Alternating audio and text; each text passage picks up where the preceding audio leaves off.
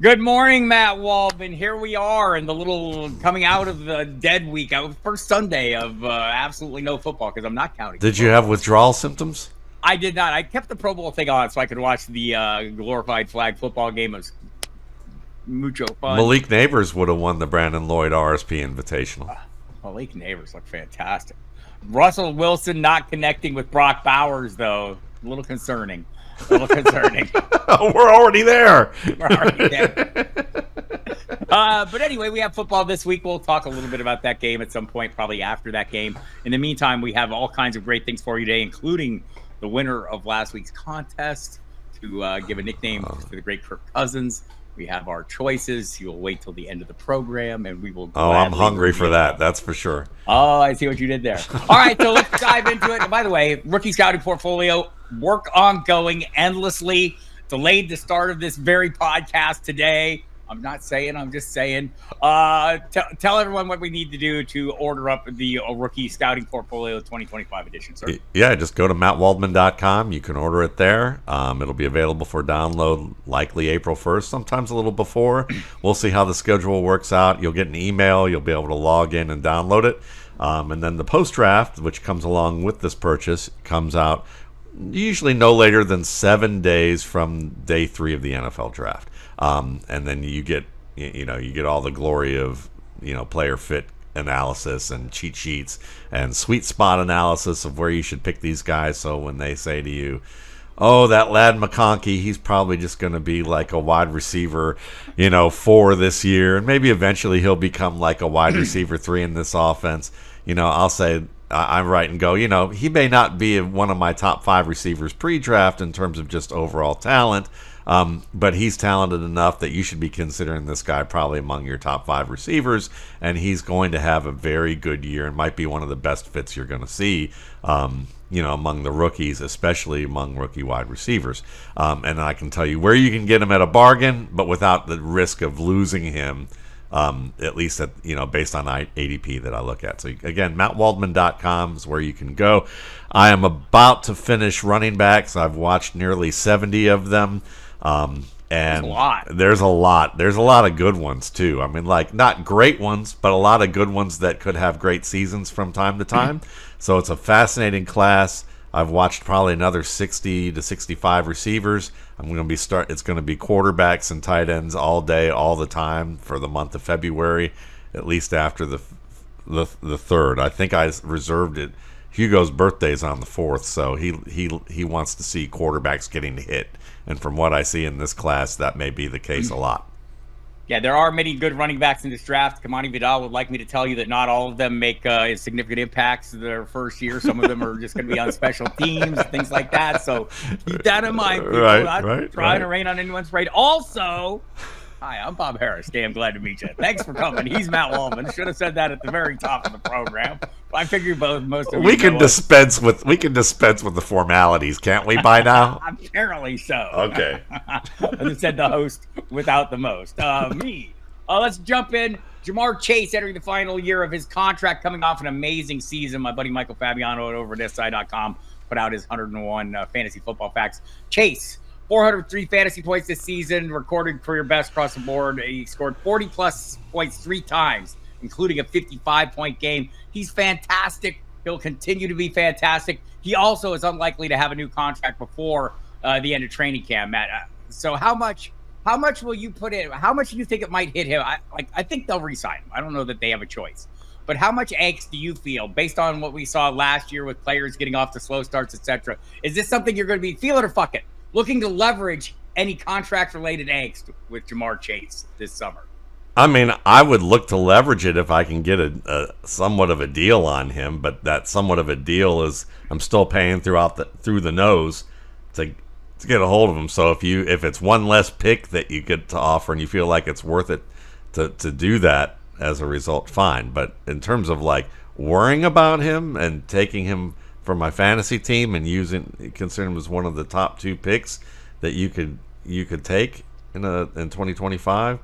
Fuck that. I'm totally happy with taking him, and it, I just look at it this way. Imagine what Joe Burrow will do if they don't sign Jamar Chase. I mean, I don't think you're gonna. I just look at it that not only does Chase have the leverage from his abilities, but he also has the added pressure from Joe Burrow on this organization that will likely occur. Yeah, that is true. And let's keep in mind the Bengals have a long history of waiting until the last minute to get these deals done. They did it with Joe Burrow, 2 years ago? He was the day before the start of the season. He got a new deal. We've seen it going back to, I think, I want to say Willie Anderson. This is like the norm. It's like right before AJ Green had one as well. So, feel to fuck it. Any chance the Bengals get a deal done early, franchise T. Higgins, and keep both Higgins and Chase? I think there's a good chance of that happening because I think Higgins would like to stay. I know that there's the idea that, well, he could make money and he could make wide receiver one money, but I've just never been the part of that crowd that's like T. Higgins could be a great wide receiver one in the NFL. I think T. Higgins is a damn fine wide receiver two in the role of a wide receiver two, but he's not the guy that you want beating man-to-man coverage on timing routes that you run as a wide receiver one. So I think that most teams understand that better than fans do, and even some media. So, and I think Higgins is looking around and he's wondering, where am I going to go that's going to give me a good deal, good money, and has a chance for me to win a Super Bowl in the next 2 to 3 years? Nowhere. Exactly. So I'm hoping that T. Higgins has been listening to us or some folks like us, at least in the message that we've been sending for the past year and a half, which is stay in Cincinnati because it's your best chance to have a legacy as a pro in terms of winning games and getting a shot to contend for a Super Bowl. I was looking. Obviously, the prices aren't out for the franchise tag, but the second year is going to be 120% of the previous salary, which I think this year was 20 plus million. So, Bengals, I know you're watching today. Mike Brown, I hear you out there in the Brown family. Like every day you wait, it's costing you more. And I said the same thing last August. It wasn't going to get any cheaper for Jamar Chase. So get this deal done. And of course, they will pay me no heed, and this will take a long time. And T. Higgins will be playing. Can you phrase it to them as if like dire consequences are going to happen when you say every day it's costing you more? Every day you're losing money. It's plummeting value. No. Okay. Sorry, you go. Speaking of plummeting value, Duke Tobin, the director of personnel for the Cincinnati Bengals, told us Jermaine Burton has, quote, done nothing and will have to start doing something quickly if he hopes to remain with the team much longer. Feel it or fuck it. Is Jermaine Burton worth the trouble? And by the trouble, we mean missing walkthrough practices the day before a game, being accused of assaulting a girl he is dating, et cetera, et cetera. Yeah, fuck no. He's got a lot to prove, and I would say first you got to prove that you can dig yourself out of the hole that you dug yourself into, or at least climb out of it and be on level ground. And I don't think he has. And so if he's one, that's some of the risk sometimes when you scout players is that you don't know what's going on off the field and what their character's like and whether the rumors are true or not. And I know a lot of people who listen will probably go, well, I hear from a lot of people things about character all the time. You just don't delve into them. And I'd say that's correct because I think about the prime example of Jimmy Smith, the Bengals cornerback, who a lot of teams literally took off their board because they heard that he was trouble, that he was a hoodlum, and all sorts of things.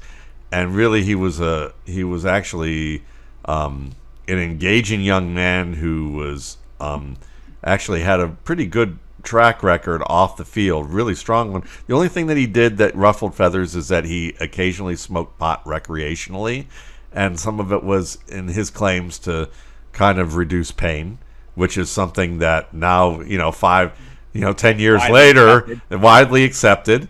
And something that the NFL should probably figure out a way to encourage, even though they tacitly do anyhow with the way they do their system.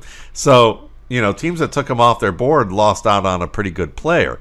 And there are a lot of situations like that. So when I hear people say, oh, Jermaine Burton had this going on or that going on, unless I had my own team of investigators who had like occupational psychology backgrounds or industrial psychology backgrounds or law enforcement backgrounds who could give me reliable information. I'm not going to listen to teams because a lot of team people tell draft media people stuff the draft media people want to hear, and they use that to their ends. Remember Mac Jones, Trey Lance, type of stuff. Remember, those types of things happen on a regular basis. And if I'm not going to listen to what other people think about scouting players on the field, I'm certainly not going to do it with a bunch of people who are semi-trained sometimes to scout people on the field for people who have not trained very much at all to scout them off the field.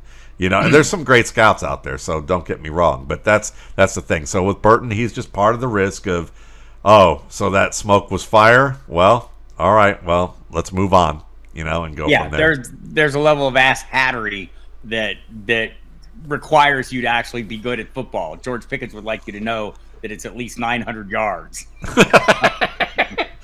unless it's too cold. Unless it's too cold.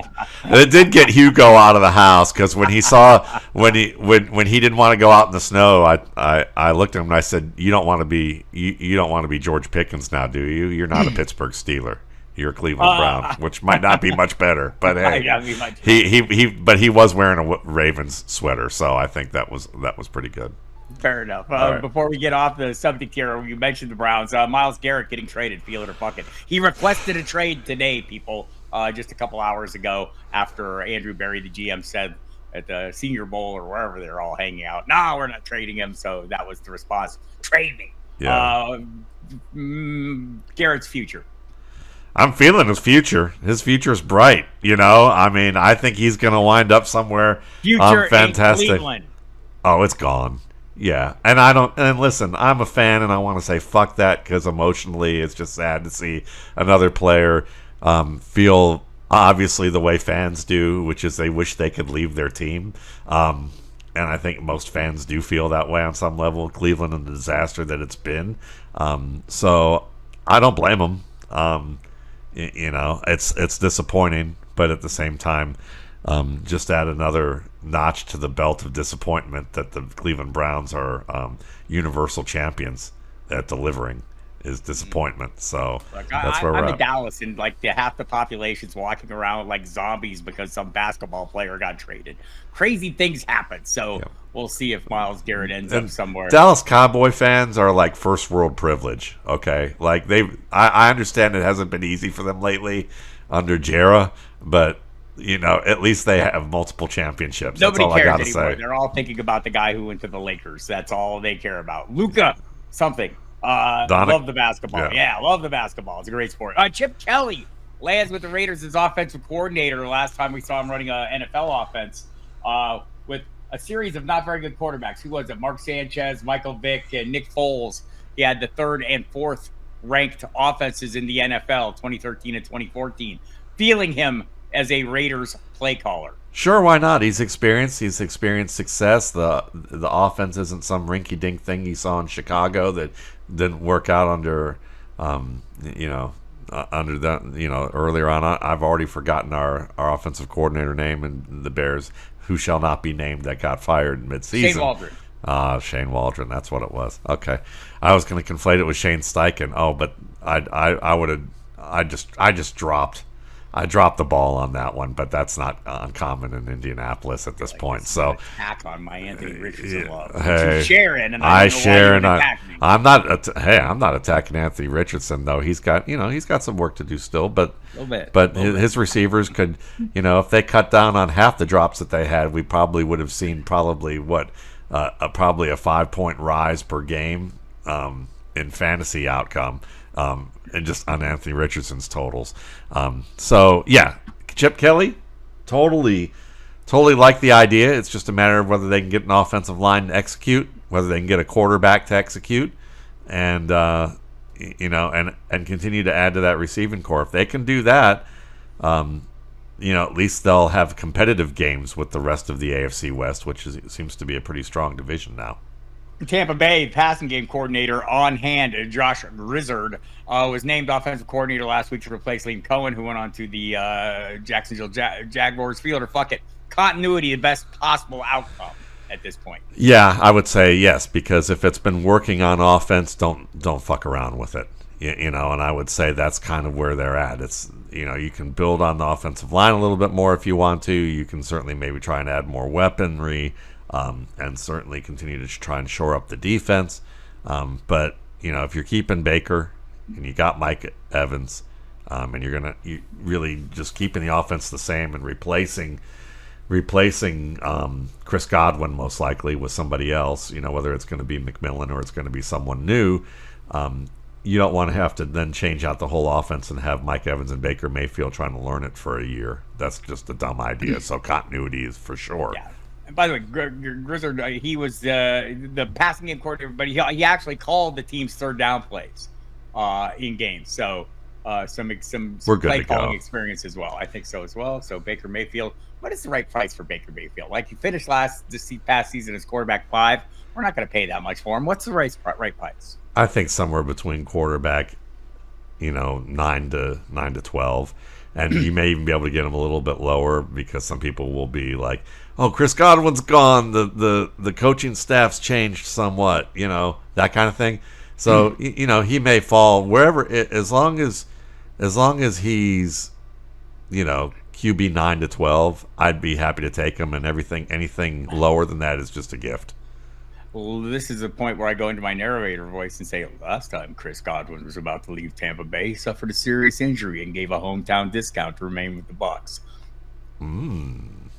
So yes, he is coming off another serious season-ending injury. We'll see what happens there. The Detroit Lions passing game coordinator Tanner Engstrand will be the offensive coordinator in New York. He was groomed for that role in Detroit. Should we be excited that the Jets have a play caller from this line of coaching?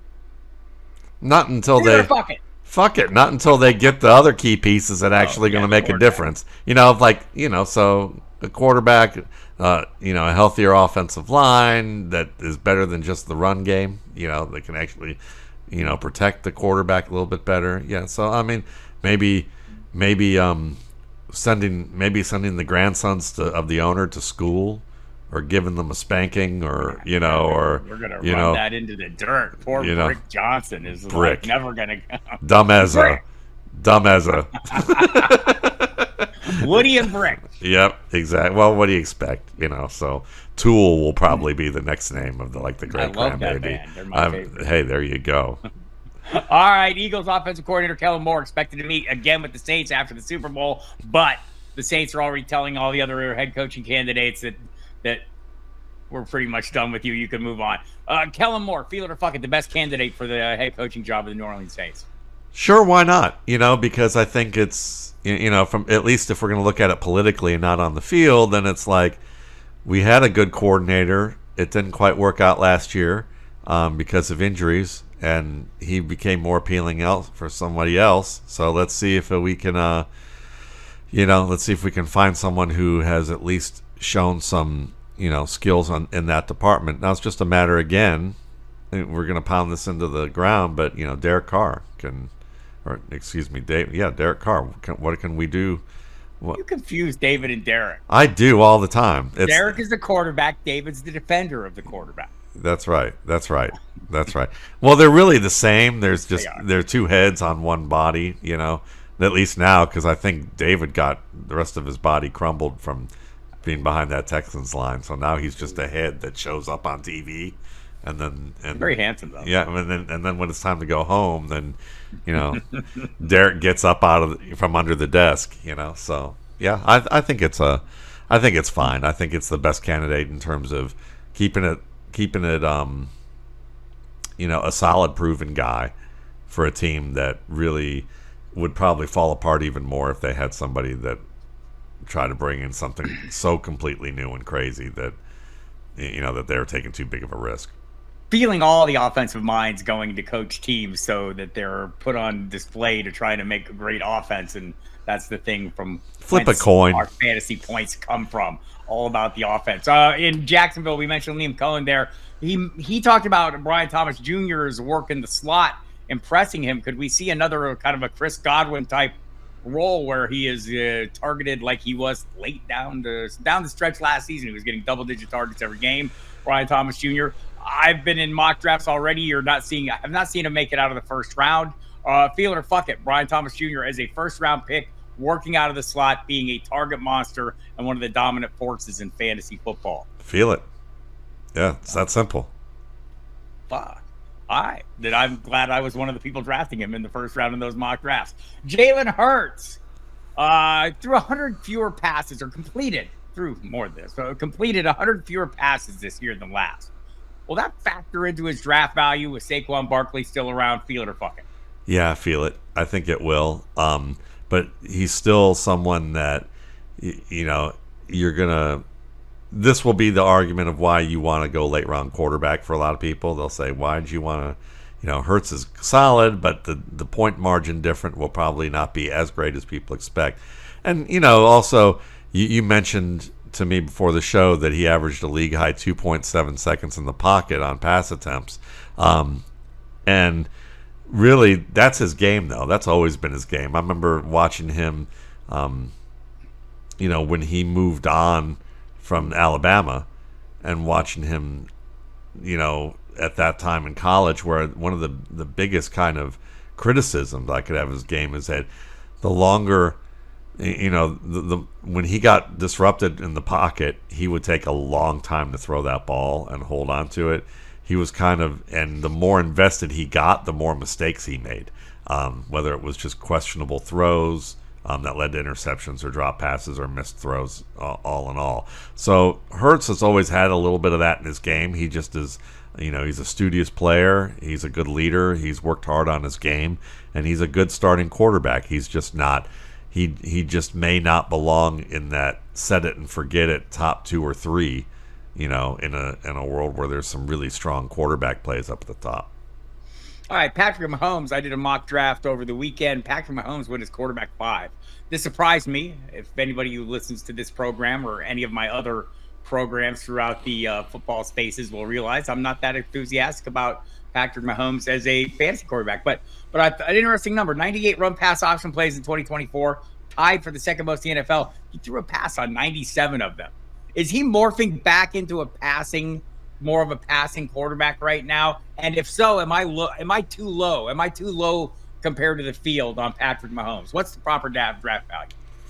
I think he's probably a late QB1 in drafts at this point, and mainly because we'll see how the wide receivers evolve. Rashee Rice, is he going to return back healthy enough? Because as Brandon Angelo and I talked about months ago, that injury that he has might be difficult to rehab to the point that he may get back to 100% health, that he's functional, but maybe not back to his athletic peak because of that injury. So it's going to be something to watch and monitor and see whether that's the case. You got to see whether Xavier Worthy's going to take that next step, and whether that offense is going to require him to take that next step. DeAndre Hopkins, a full off season with him. I mean, he's another year older, but again, he's got that old man game. He was kind of born with that old man game. So we'll see. He might be able to still have some things to offer here, but we just don't know whether or not, last year was a function of Marquise Brown getting hurt, and then Rashee Rice getting hurt, and they just leaned on running the ball. Pacheco getting hurt, and they weren't able to run as effectively as they wanted, and some kind of substituted maybe the shorter passing game for the running game. I feel like all my nonsense I spew about Patrick Mahomes not being a quarterback 1 in fantasy football, I'll probably draft him way more this year because the price will be right, and I wonder if we're not seeing a shift in the evolution back to what he was earlier in his career when he was a perennial top-tier fantasy quarterback with them throwing the ball around. For the reasons you said, the pieces surrounding him, especially if Rashee Rice is back. Sam Darnold, we talked about Jalen Hurts with the 2.7 seconds in the pocket per attempt. Sam Darnold averaged 2.6 seconds in the pocket in 2024. That's an interesting number, but the success he had for the most part. I think he cost himself some money with a couple, with the way the season ended. We remember the last thing we saw, but for the most part, he was very good. Can he duplicate that success elsewhere, or was that scheme and Kevin O'Connell-based success? Feel it or fuck it. I'm gonna say fuck it, and also fuck the reason why.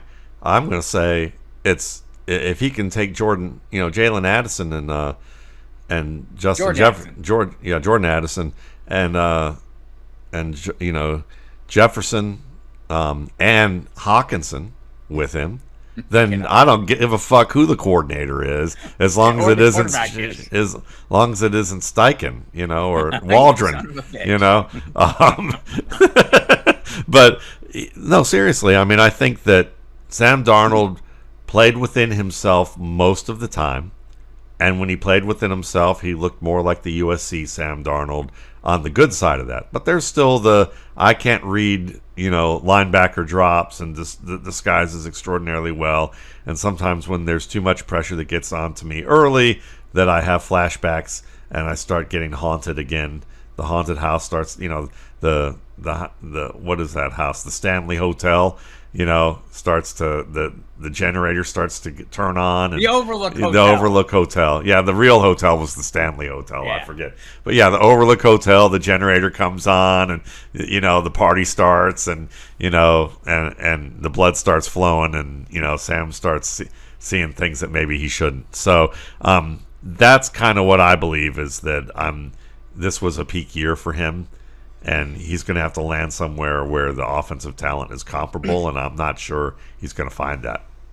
Jared Goff, 203 pass attempts on play action this last season. It was career high, 52 more attempts than second place in the league, Matthew Stafford. So we have the brain drain going on in Detroit with Ben Johnson gone, Tanner Engstrand, the pass coordinator, gone, as previously mentioned.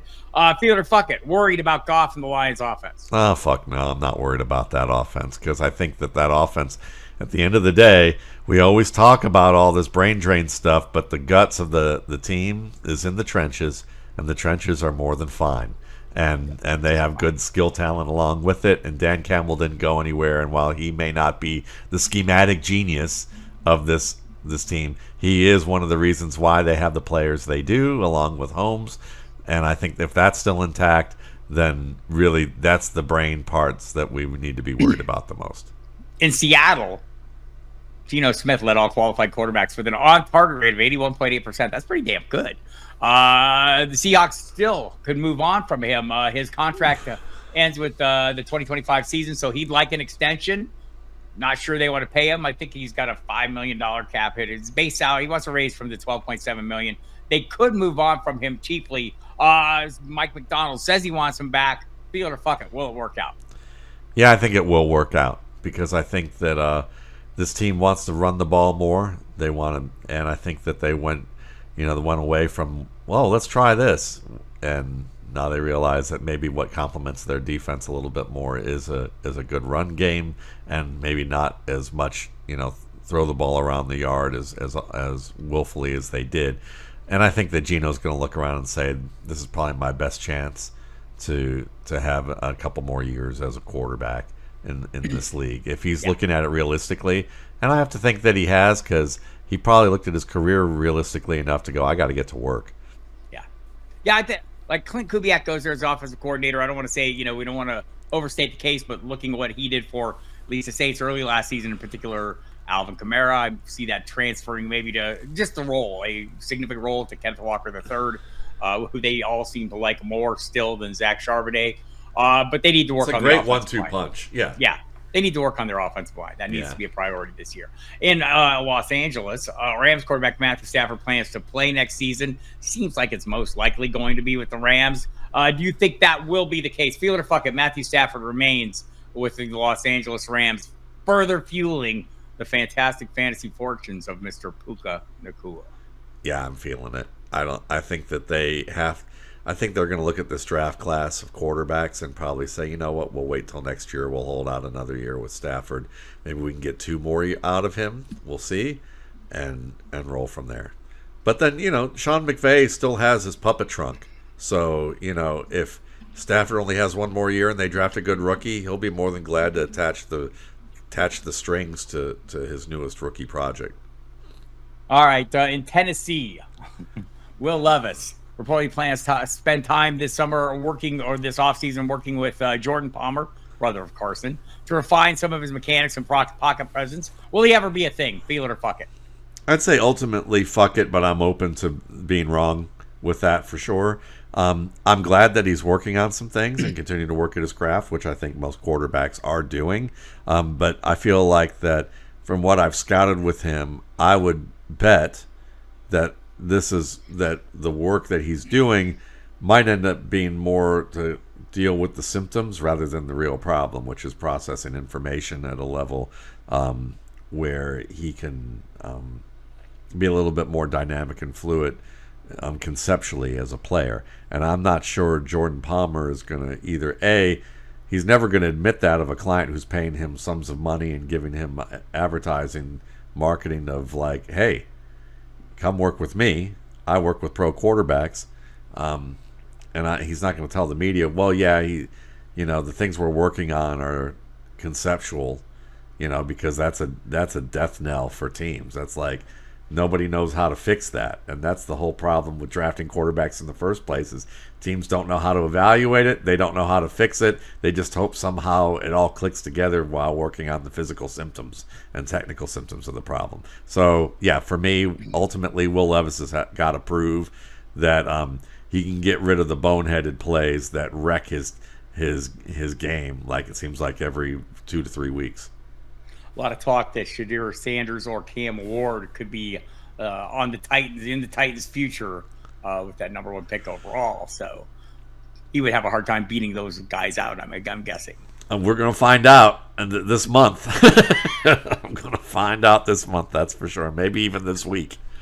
The Carolina Panthers. Adam Thielen said he hasn't made a decision of his playing future, but seems like he has some more football in him. So how should we be valuing Thielen versus Xavier Legette versus Jalen Coker in an offense that seems to be coming into its own with a guy that we both feel like is starting to show signs of being the guy they picked him to be, Bryce Young? Yeah, I would say take the lowest ranked ADP one, follow the Bob Harris football diehard advice, which is take the lowest ranked guy. And if that's Thielen, good for you, because he's still probably the most reliable in terms of getting open in zones, making plays in tight coverage, running the route where he's supposed to be. All those things Bryce Young is going to value. Coker's going to be the most exciting guy, and he's going to get overdrafted, and he may end up producing to the way people think he will be. He could become, and that may be the case.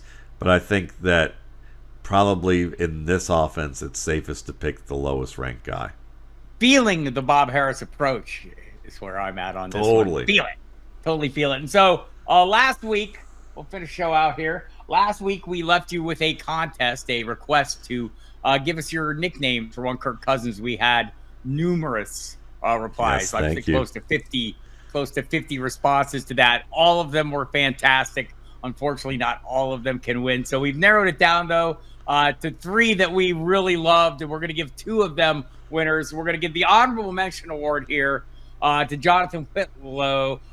2 chains, no rings. Fantastic. His honorable mention. Sorry, you're out of the mix though, Jonathan. But that did merit attention. Also, he sent in the picture of Cousins on playing with the chains and no shirt doing the thing. I had a good cackle over that for sure.